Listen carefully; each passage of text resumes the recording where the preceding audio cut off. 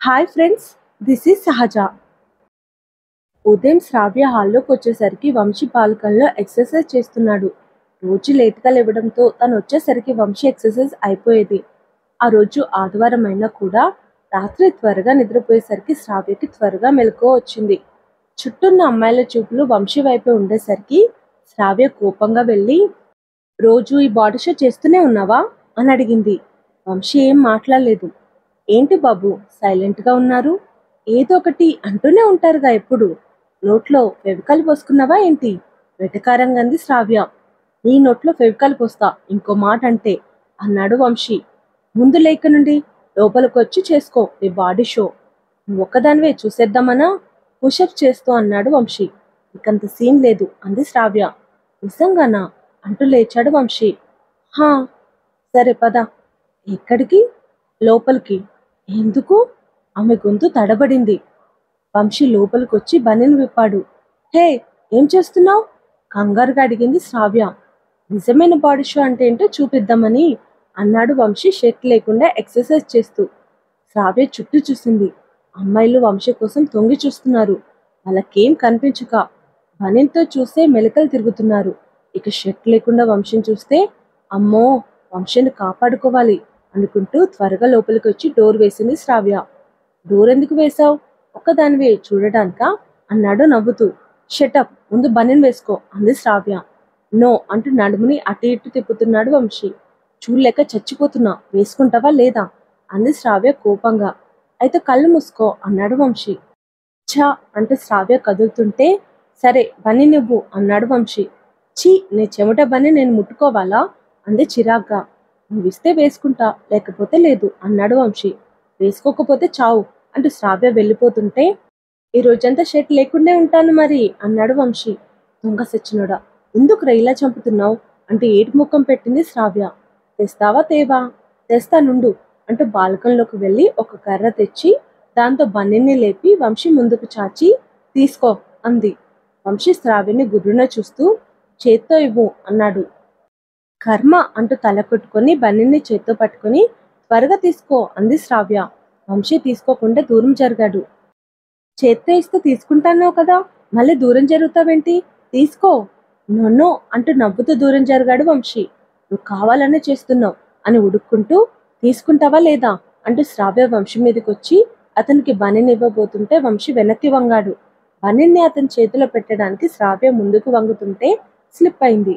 వంశీ శ్రావ్య చేయి పట్టుకుని ఆమె కింద పడకుండా ఆపాడు. ఇద్దరి కళ్ళు కలిశాయి. వంశీ చూపులకి శ్రావ్య ఉక్కిరిబిక్కిరై అక్కడి నుండి వెళ్ళిపోయింది. గదిలోకి వచ్చిన శ్రావ్య నిన్నటి నుండి వంశీ ప్రవర్తన గుర్తు చేసుకుని ఆశ్చర్యపోయింది. ఏమైంది వంశీకి? నిన్నటి నుండి అతని చూపులు చేతులు కొత్తగా ఉన్నాయి. ఒకవేళ వంశీ కూడా నన్ను ఇష్టపడుతున్నాడా అని అనుకున్న శ్రావ్య మరో క్షణంలో ఏంటి నేను ఇలా ఆలోచిస్తున్నాను, అనవసరంగా హోప్స్ పెంచుకుంటున్నాను, వంశీ నన్ను ఏడిపించడానికి అలా చేశాడు అంతే అని అనుకుంటూ మైండ్లో నుండి ఆలోచనని టెంపరీగా తీసేసింది. వంశీ ఫ్రెష్ అయి వచ్చేసరికి కిచెన్లో వంట చేస్తూ కనిపించింది శ్రావ్య. ఏం చేస్తున్నారు మేడం అంటూ క్యారెట్ అందుకున్నాడు వంశీ. టిఫిన్ చేస్తున్నాను సార్, భయపడకండి, నేను మీకేం చేయట్లే అంది శ్రావ్య. నాకు చేయట్లేదా, ఎందుకు అని అడిగాడు వంశీ. ఏంటా ప్రశ్న? నీకోసం ఏం చేసినా నువ్వే కదా కేకలేస్తావు.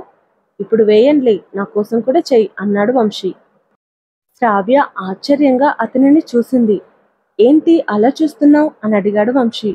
నేనెట్లుండి నువ్వు కొత్తగా కనిపిస్తున్నావు వంశీ అంది శ్రావ్య. ఎప్పట్లాగే ఉన్నానే అన్నాడు వంశీ. ఇప్పట్లాగే ఉంటే నీకోసం కూడా వంట ఎందుకు చేయమంటావు? సరే నాది నేను చేసుకుంటాను అంటూ వంశీ ఉల్లిపాయ పట్టుకుంటే అవసరం లేదు, నేను చేస్తాను అంది శ్రావ్య. టిఫిన్ ఓకే, బట్ లంచ్ అది కూడా నేనే చేస్తా అంది శ్రావ్య. వద్దు, బయటికి వెళ్దాం అన్నాడు వంశీ. బయటికంటే గుర్తుకొచ్చింది, నా స్కూటీ దిక్కుమొక్కు లేకుండా అలాగే రోడ్డు మీద పడుందా అంటూ ఏడుపు రాగం తీసింది శ్రావ్య. ఆపవే తల్లి, అదో స్కూటీ, దానికి నీ ఏడుపు ఒకటి. నీ స్కూటీ భద్రంగా ఇక్కడే సెల్లాల్లో రెస్ట్ తీసుకుంటుంది అని చెప్పాడు వంశీ.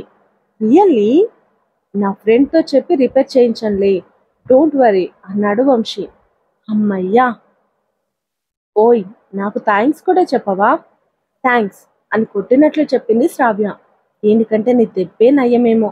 అయితే కొట్టనా అని నవ్వుతూ శ్రావ్య చేయి చాచి వంశీ మీదికి వెళ్తుంటే వంశీ పక్కకి వంగాడు. అప్పుడు శ్రావ్య చేయి అతని పెదవులను తాకింది. వంశీ ఆమె చేయిని తన పెదాలకి అదిమి పట్టుకొని కళ్ళు మూసుకున్నాడు. అతని చేష్టకి శ్రావ్య పరవశంతో మైమర్చిపోయింది. ఫోన్ రింగ్తో ఇద్దరు స్పృహలోకొచ్చి ఒకరినొకరు ఇబ్బందిగా చూసుకున్నారు. వంశీ ఫోన్ లిఫ్ట్ చేసి హలో అంటూ అక్కడి నుండి వెళ్ళిపోయాడు. శ్రావ్య వంశీ చేసిన పనిని గుర్తు చేసుకుని షాక్ అయింది. కాసేపటికి టిఫిన్ అయిందా అంటూ వచ్చాడు వంశీ.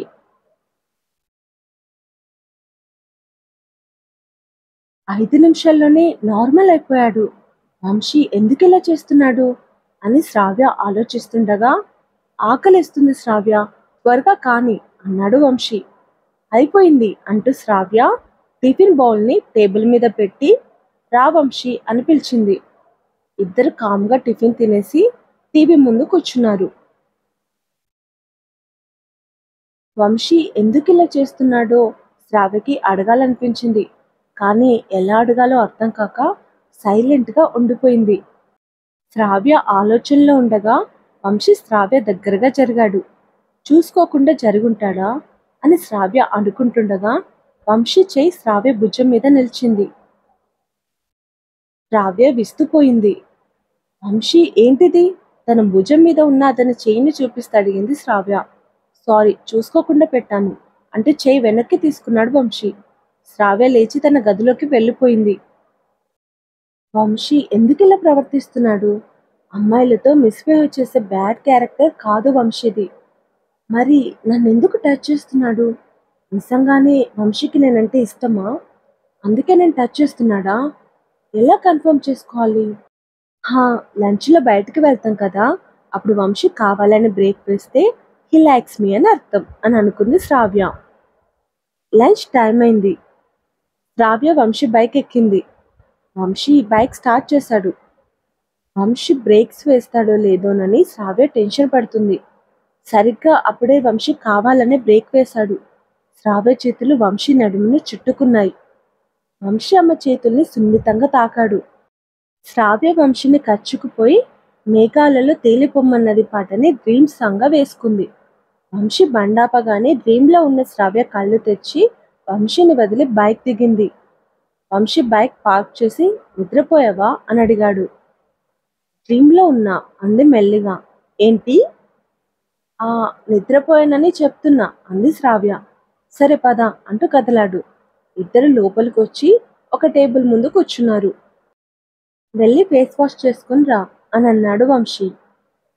ఎందుకు అని అడిగింది శ్రావ్య. నిద్రపోయావు కదా, ఫ్రెష్గా ఉంటుంది అన్నాడు వంశీ. సరే అంటూ వెళ్ళింది శ్రావ్య. అప్పుడే లోపలికి వచ్చిన చిత్ర ఒంటరిగా కూర్చున్న వంశీని చూసి థ్యాంక్ గాడ్ ఇప్పటికైనా నీతో మాట్లాడే ఛాన్స్ వచ్చింది అని సంతోషపడుతూ వచ్చి అతని ఎదురుగా కూర్చుంది. మెనూ కార్డ్ చూస్తున్న వంశీ ఏంటి అప్పుడే వచ్చావా అంటూ తలెత్తి చిత్రం చూసి గెట్ అవుట్ అని ఆమెకు మాత్రమే వినిపించేలా మెల్లిగా అరిచాడు. నీతో మాట్లాడాలి వంశీ, ప్లీజ్ అంటే రిక్వెస్ట్ చేసింది చిత్ర. జస్ట్ 2 minutes టైం ఇస్తున్నా, ఏం మాట్లాడాలో చెప్పేసి వెళ్ళు అన్నాడు వంశీ. చిత్ర వంశీతో ఏం చెప్పాలనుకుంటుంది? వంశీ దానికి ఎలా స్పందిస్తాడు? వంశీతో చిత్రం చేసిన శ్రావ్య ఎలా రియాక్ట్ అవుతుంది? నెక్స్ట్ ఎపిసోడ్లో తెలుసుకుందాం. Thank you, bye.